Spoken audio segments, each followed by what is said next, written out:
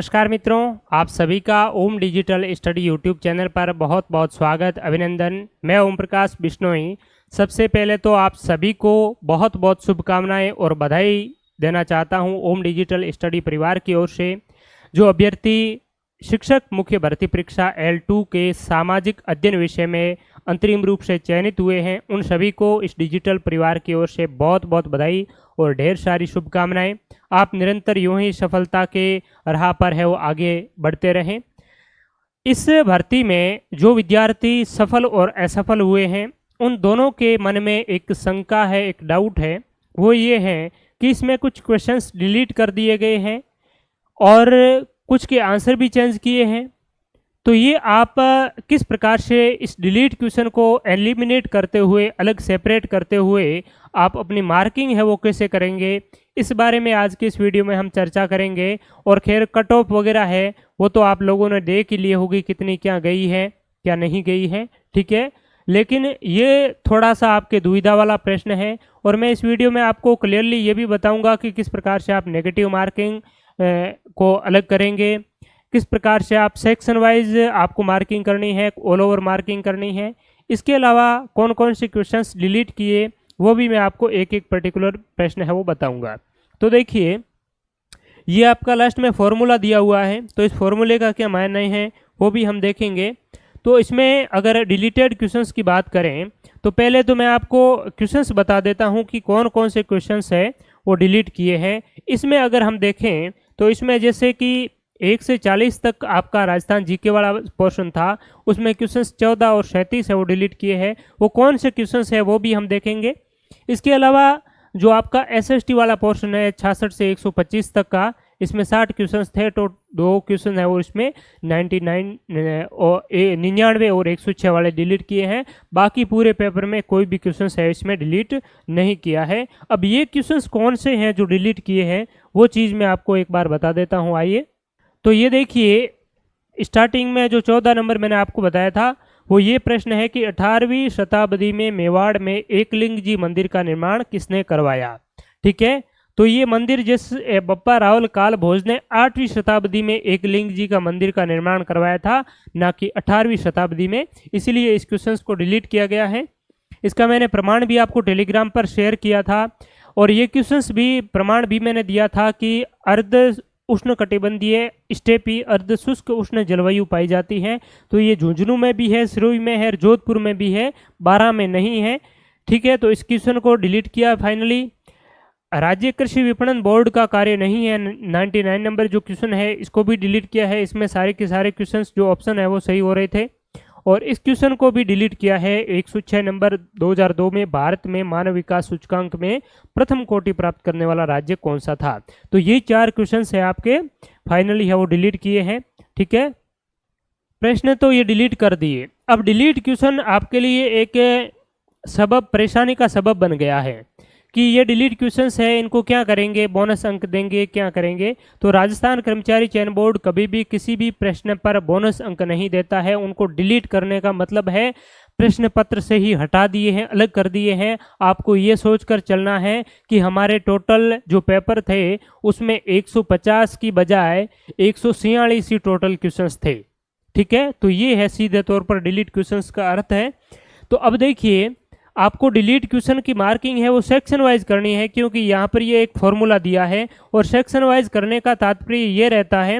आप कहेंगे कि सेक्शन वाइज क्यों करें, क्योंकि सभी क्वेश्चंस का वेटेज तो सेम ही है।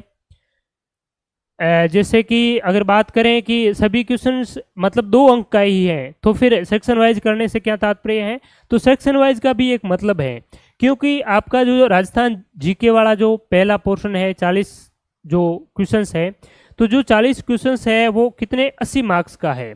ठीक है, ये जो पोर्शन है जहां से डिलीट किए हैं ये 60 क्वेश्चंस है और ये कितने मार्क्स का है, तो ये 120 मार्क्स का है। तो राजस्थान कर्मचारी चयन बोर्ड का मेन मकसद यही रहता है कि आपका जो प्रश्न है, पर्टिकुलर जो सेक्शन है, उस सेक्शन की मैक्सिमम जो मार्किंग है वो यथावत रहेगी। अगर उसमें ये 120 नंबर का है, अगर इससे 120 से अगर ये ज़्यादा हो जाता है, 122 नंबर हो जाता है, 123 हो जाता है, तो फिर स्टूडेंट है वो कोर्ट चले जाएंगे और फिर भर्ती है वो लटक सकती है। तो इसीलिए ये सेक्शन वाला फॉर्मूला है वो अपनाया गया है मार्किंग करने में। तो इसमें आप किस प्रकार से मार्किंग करेंगे, तो देखिए कि इसमें पहले आपका ये कितने नंबर का था, पहले जैसे जो सिंपली हम मार्किंग करते हैं वो तो इस प्रकार से करते हैं, जैसे 300 मार्क्स है टोटल और 150 क्वेश्चंस है, ठीक है। तो एक क्वेश्चंस है वो 2 मार्क्स का हो गया। अब क्वेश्चंस तो आपके कितने रह गए हैं, 150 की बजाय 146 क्वेश्चन है वो रह गए हैं, 146। तो ये कितने का होगा, तो इस प्रकार से आपको मार्किंग है वो नहीं करनी है। खैर आप कर सकते हैं, लेकिन थोड़ी सी इसमें आपका एक्यूरेट है वो मार्किंग है वो नहीं हो पाएगी। तो अब आपको मार्किंग कैसे करनी है, सेक्शन वाइज करनी है। जैसे कि आपने जीके वाले 1 से 40 नंबर जो क्वेश्चंस है, इसमें टोटल 2 क्वेश्चन डिलीट किए हैं। तो पहले ये कितने 80 मार्क्स का था, तो मार्क्स तो अभी 80 का ही रहेगा। पहले इसमें क्वेश्चंस कितने थे, 40 थे, तो ये एक क्वेश्चंस कितने 2 मार्क्स का था। अब अगर बात करें तो अब ये कितने मार्क्स का है, तो मार्क्स तो वही रहेगा, 80 मार्क्स का है। क्वेश्चंस कितने हैं, क्वेश्चंस 38 है, क्योंकि 2 क्वेश्चंस को डिलीट कर दिया है। और डिलीट प्रश्नों का फायदा किसको मिलेगा, इसका मेनली फायदा उन विद्यार्थियों को मिलेगा जिन्होंने ये प्रश्न या तो गलत किया है या किया ही नहीं है, उनको तो इसमें फायदा मिलेगा। क्योंकि जिन्होंने गलत किया है, तो गलत किया है उनको फायदा ऐसे मिलेगा कि उनकी नेगेटिव मार्किंग से वो लोग बच जाएंगे, ठीक है। और उल्टा उनको एक प्रत्येक प्रश्न का जो वेटेज बढ़ा है, उस वेटेज में जो पॉइंटों पर जो नंबर मिले हैं उनका उनको 5-6 नंबर है वो पूरे आपके 4 क्वेश्चन में, प्रत्येक पेपर पूरे पेपर में आपको लगभग 6-7 मार्क्स हैं वो अधिक है वो मिल सकते हैं। इतना आपको फायदा 5-6 जो मार्क्स है उसका फायदा आपको मिल सकता है। जिन्होंने ये प्रश्न है वो सही किए हैं, ऐसे ही प्रश्न थे, नॉर्मली थे और लगभग आप लोगों ने सही किए होंगे। तो जिन्होंने सही किए हैं उनको इसमें नुकसान हुआ है, ठीक है। तो ये बात है फायदे और नुकसान वाली। तो अब मार्किंग करेंगे आप इस सेक्शन की 80/38 की, तो ये आपकी हो जाएगी 2.10 इस प्रकार से, ठीक है। तो ये एक क्वेश्चंस का वेटेज 2.10 रहेगा। ये किन का रहेगा, ये केवल आपको इस 1 से 40 तक के जितने भी क्वेश्चंस हैं इसमें आपको वेटेज 2.10 करना है। बाकी इसमें वेटेज आपके पहले जो था 2 मार्क्स वही रहेगा, इसमें भी पहले 2 मार्क्स था वही रहेगा, इसमें भी पहले 2 मार्क्स वही रहेगा। इसमें फिर आपका अलग हो जाएगा एक वेटेज। इसका वेटेज कैसे रहेगा, तो इसका वेटेज इसमें जो आपका पूरा है पोर्शन, ये 120 मार्क्स का था। टोटल नंबर ऑफ क्वेश्चंस कितने हैं, 60 हैं। पहले कितने मार्क्स का था, 2 का। अब कितना है, तो अब हो गया है 120 मार्क्स, तो वही रहेगा। क्वेश्चंस इसमें कितने हैं, 60 की बजाय 58 क्वेश्चंस है। तो इसका जो वेटेज है वो कितना है, तो 2.05 करके जो भी है, 05 या 06 जो भी हो रहा है, तो वो इसका वेटेज हो जाएगा। तो ये तो पर्टिकुलर इस सेक्शन का, इस सेक्शन में आप जितने भी क्वेश्चंस है वो सही करेंगे। 2 क्वेश्चन जो डिलीट हो गए हैं उनको तो आप बाहर कर देंगे, आपके चाहे गलत हुए हो, सही हुए हो या अटेम्प्ट नहीं किए हो।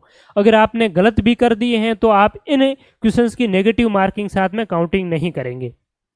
अब दूसरी बात आती है कि नेगेटिव मार्किंग को कैसे काउंट करेंगे।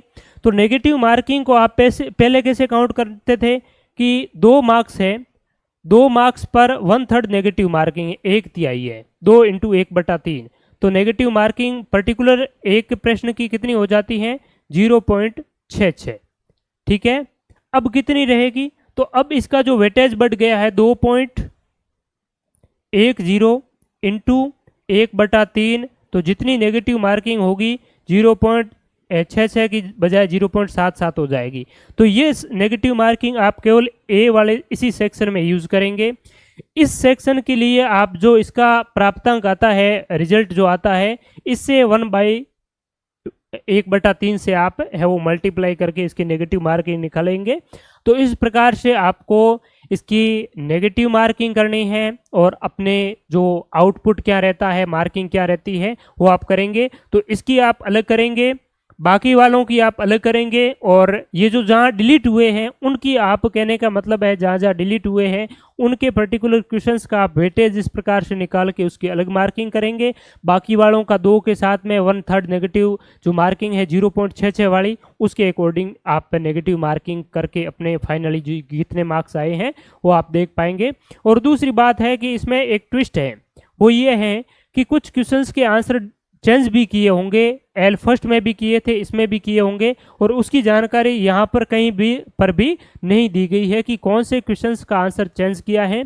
वो मंडे को पता चलेगा, जब ये फाइनल आंसर की रिलीज करेंगे, जारी करेंगे अंतिम आंसर कुंजी, तब हमें पता चल पाएगा कि इसमें कौन कौन से प्रश्न है उनका आंसर चेंज किया है। ठीक है, तो उससे भी आपका काफ़ी कुछ फेरबदल है वो आंसर की में हो सकता है, और आपके मार्क्स भी वैसे जारी कर देंगे मंडे तक, मंडे या ट्यूसडे वेडनेसडे के। ठीक है, तो आप बाद में मार्क्स जब जारी करें वो भी देख सकते हैं। बाकी इस प्रकार से आप काउंटिंग अपनी देख सकते हैं। तो आप सभी का बहुत बहुत धन्यवाद। और जिन अभ्यर्थियों का ये जो कट ऑफ है इसके 2-3 नंबर, 1-2 नंबर आसपास में ही हैं, और जिनका चयन नहीं हुआ है इस भर्ती परीक्षा में, अंतरिम रूप से भी प्रोविजनली लिस्ट में मार्क्स नहीं आए हैं, तो उन्हें भी ज़्यादा हेडेक लेने की, घबराने की कोई आवश्यकता नहीं है। ये परीक्षा छोटी मोटी परीक्षा है, आप मेहनत करके इससे बहुत ही बड़ी बड़ी परीक्षाएं हैं वो पास कर सकते हैं। और ये तो आपकी जीवन की कुछ शुरुआती परीक्षा है, जीवन में इससे भी बड़ी बड़ी परीक्षाओं से गुजरना पड़ता है। तो एकाध किसी परीक्षा में असफल हो जाने से स्वयं को इस प्रकार से आप ना समझे कि मेरा तो चयन भी नहीं हुआ और बाकी लोग हैं वो स्टेटस लगा रहे हैं, बधाइयाँ दे रहे हैं, वो कर रहे हैं, पड़ोसी का सिलेक्शन हो गया, उसका हो गया, घर वाले भी आप लोगों का ताना देते होंगे, आस पड़ोस वाले कहते होंगे कि लड़का वहाँ पढ़ रहा था, लड़की जोधपुर थी, जयपुर थी, सूरतगढ़ थी, जहाँ बाहर रह करके तैयारी कर रहे थे, फिर भी सिलेक्शन नहीं हुआ। तो ऐसी चीज़ों को आप पर बिल्कुल भी हावी नहीं होना देना है। अब आपको दूसरे लोगों से जो ताना है वो तो खैर आपको सुनाएंगे ही सुनाने वाले, लेकिन इस पे आपको जरा सी भी ज़्यादा सीरियसली इनको नहीं लेना है। और सीरियसली इस प्रकार से आपको लेना है कि ये जो लोग आपके कान भर रहे हैं उनको आप आज से ही मेहनत पर जुटें। आपकी जहाँ पर जो असफलता हुई है, आपको असफलता प्राप्त हुई है, उस असफलता के पीछे की वजह क्या है उनको आप फाइंड आउट करें। उनको फाइंड आउट करते हुए पुनः आज से ही अपनी तैयारी पर है वो जुट जाएं, मेहनत करें बढ़िया तरीके से, तो आप ये क्या बहुत बड़ी बड़ी परीक्षाएं हैं वो सफलता उसमें हासिल कर सकते हैं। तो ये छोटी मोटी एग्ज़ाम है, कोई ज़्यादा ऐसा इशू नहीं है। आप असिस्टेंट प्रोफेसर, IAS, RS इस प्रकार की परीक्षाएं हैं वो बहुत ही अच्छी तरीके से अचीव कर पाएंगे, अपने गोल अचीव कर पाएंगे। तो आपको बिल्कुल भी हताश और निराश होने की आवश्यकता नहीं है। और जिन अभ्यर्थियों का इसमें चयन हो गया है और अच्छे मार्क्स के साथ में भी चयन हो गया है, तो वो भी इसको एक बड़ा अचीवमेंट ना समझें। ये ज़्यादा कुछ नहीं है, आपको और आगे मेहनत करनी होगी और बड़ी बड़ी है वो मंजिलें प्राप्त करके अपने आप को, अपने माता पिता के सपनों को और ऊंचाइयों तक पहुंचाना होगा।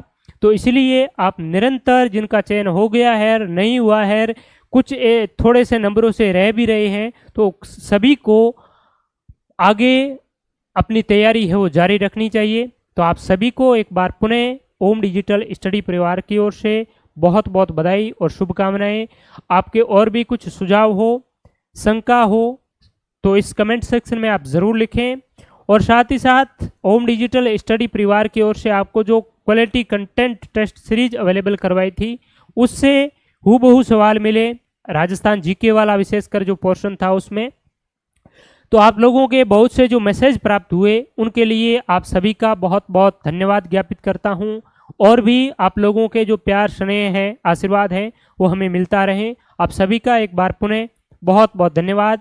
नमस्कार, फिर मिलेंगे किसी और महत्वपूर्ण सेशन के साथ में, तब तक के लिए आप सभी का शुक्रिया।